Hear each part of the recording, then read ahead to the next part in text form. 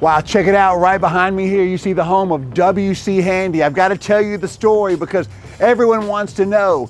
Memphis is famous for one thing more than anything else. That is the blues. Where does the blues come from? I'm going to tell you by telling you about W.C. Handy.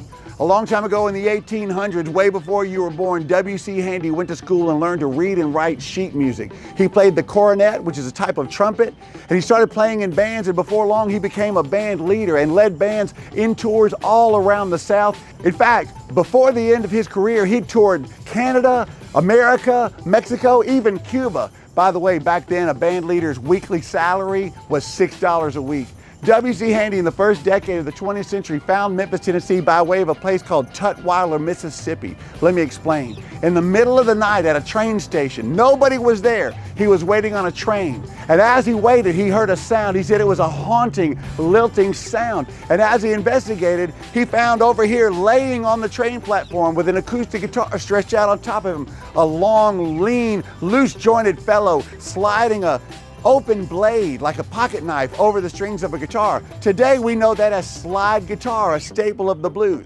W.C. Handy was so impressed by this that when he came to Memphis, Tennessee, and in fact lived in this house, which is today on display and open to the public on Beale Street, y'all, he had discovered a thing that he decided to call the blues. The first person ever in the history of recorded music to put the name blues in a song title was W.C. Handy. First was Beale Street Blues, then St. Louis Blues, then Memphis Blues. The holy trinity of the blues songbooks. It started selling in Memphis, it started selling in Atlanta, it started selling in San Francisco, New York, Miami. Everybody in America was singing the blues. In 1977, the U.S. Congress passed a bill declaring that till the end of all days, as long as the United States is a sovereign nation, the blues, its original art form, the blues, the invention, maybe, the perfection, definitely, of W.C. Handy had a home, and that's here on Beale Street. Come on down to Beale Street and get a look at history for yourself.